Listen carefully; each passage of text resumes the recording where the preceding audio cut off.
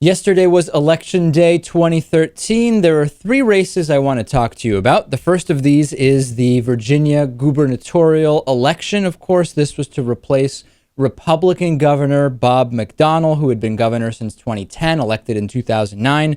Terry McAuliffe defeated, I know him as oral sex Ken Cuccinelli. That's the way we refer to him back home. You know, back home on the farm, it was oral sex Ken Cuccinelli, because he was involved in trying to appeal a lower court ruling that held up the state's sodomy and oral sex law.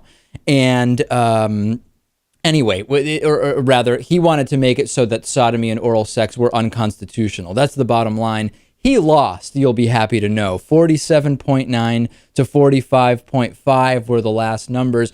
Lewis, it's tough to imagine that campaigning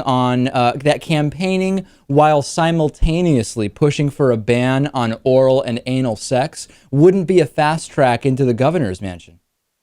You know what? Even though we're talking about Virginia, I'm still not surprised that he lost. Absolutely. And it's actually very interesting because looking at the demographics of Virginia, this was a really good example of how changing demographics can help you win if you are the progressive or the more liberal candidate. The demographics helped a lot.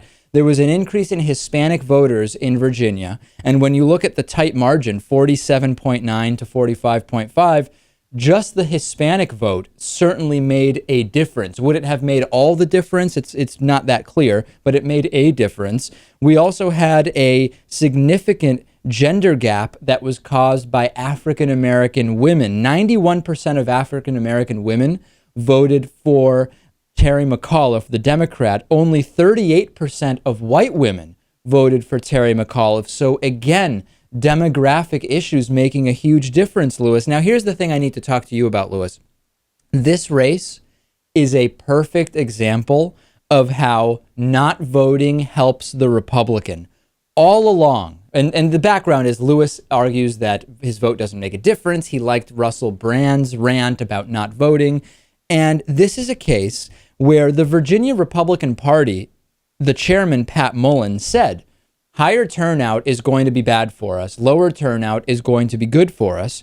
And in this particular case, they knew that higher turnout meant new voters getting engaged. It meant minority voters and alternative female voters who are not just this kind of traditional white female vote coming out and voting disproportionately for the Democratic candidate.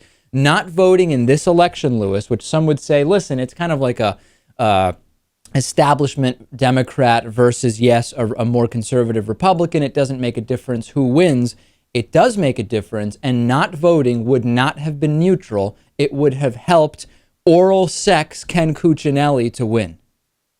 Yeah, maybe. Now, it's kind of misleading when you say I thought that my vote didn't make a difference. I know votes can make a difference, but in my opinion, no matter who wins, there's not a drastic difference. Is right. Kind no of matter your who idea. wins, there's not a drastic difference. Right.